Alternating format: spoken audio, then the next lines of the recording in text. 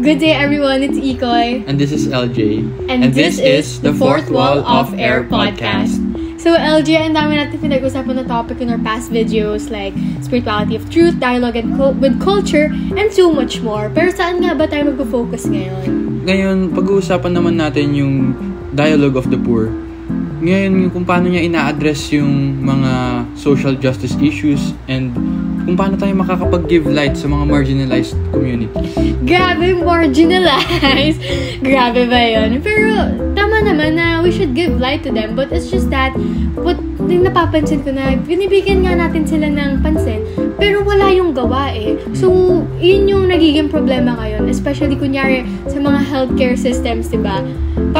Diba, parang nabibigyan din naman siya, kunyari, sa mga bundok, diba? Tama? Sa bundok, tulad na lang sa mga lumad na hindi nabibigyan ng proper healthcare, na may kakulangan sa mga wala masyadong nagpupunta for medical missions and check-ups. Ayan yun. So, we could address this issue through medical missions kanto ganyan. Pero, pero ang nagiging problem din kasi ngayon, parang kaya nagkakagano na kulang sa mga hospitals is that the government doesn't know kung ano ba talaga ipapatayo nila. Kung hospital ba o school. Yun, diba? And with schools naman sa marginalized areas, ang dami rin problema with that, diba?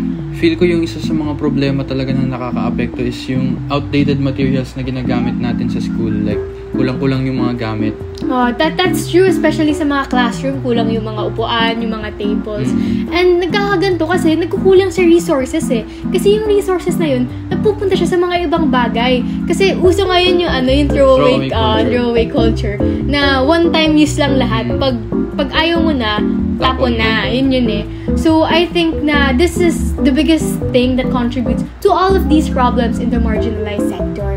And with that, I know na, nangangalam natin, may in-address ni Pope Francis dun sa doctrine niya, diba? Yung Laudato Si. Yeah. So, in Laudato Si, it is to help us solve these problems little by little, in our own little ways actually.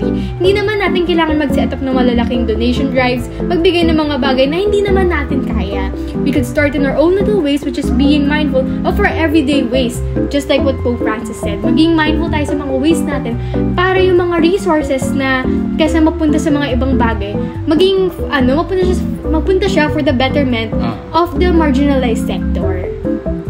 And yun na yun, in short, di ba?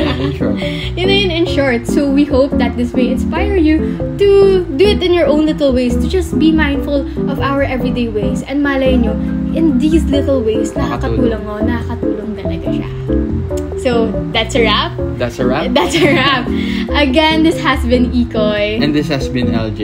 And this is the Fourth Wall of Air podcast.